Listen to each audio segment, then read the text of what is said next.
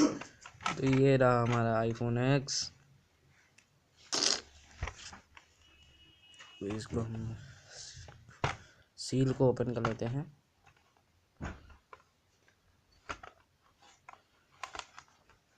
पीछे आपको मिल जाते हैं कुछ सिग्नेचर्स, आगे आपको देखने को मिल जाता है आईफोन एक्स।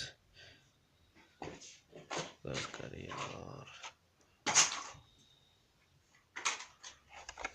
फिर बॉक्स को जब हम ओपन करेंगे तो यहाँ पे आपको मिल जाता है एक आईफोन एक्स,